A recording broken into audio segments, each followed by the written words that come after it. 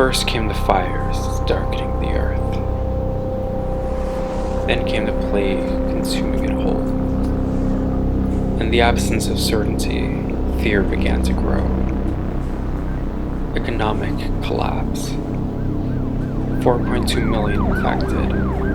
300,000 dead. And amongst all this mayhem, we were trapped in our homes. I need to make a 5-minute documentary to pass my documentary class, and I don't even know what the hell to do it on. It didn't used to be this way. Originally, the plan was to head back south to where I mostly grew up. Down along the long and winding Pacific Motorway, film a documentary with my grandfather. About our bond. About his food. The father I never really had. But I guess that's impossible now. And so I'm stuck. And I guess sometimes you just find yourself at a crossroads, an impasse, until only you can dig yourself out. And so I began.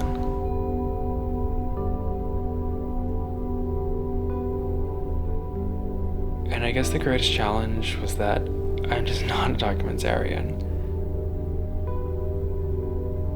But the one thing that I fundamentally know is film.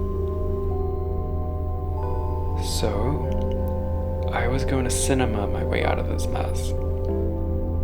And it turns out the only way I can wrap my head around shooting a documentary in the middle of the apocalypse is to develop a short, esoteric, pulp horror film and then reverse engineer a very light, maybe meta, behind-the-scenes documentary about that.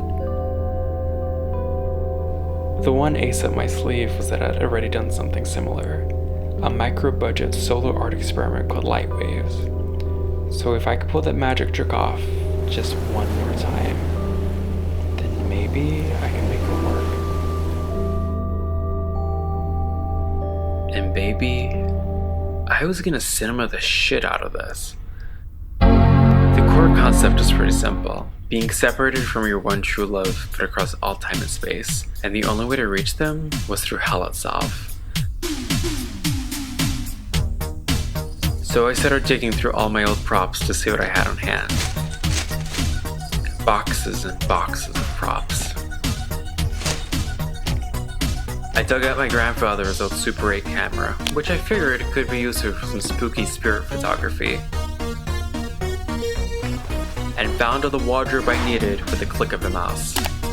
Something timeless with a strong 70s pulp horror vibe.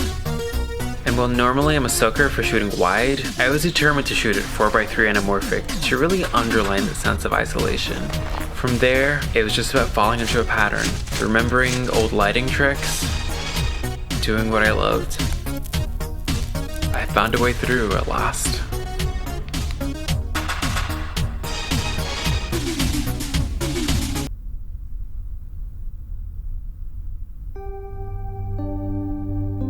As goddamn ridiculous as it is to shoot a whole short horror film in your apartment, I'm kinda proud and honestly happy. And maybe that's how you cope in times like these. Expression. Channeling the rage. Or the hope. Or the bottled up dreams. It's how you move beyond.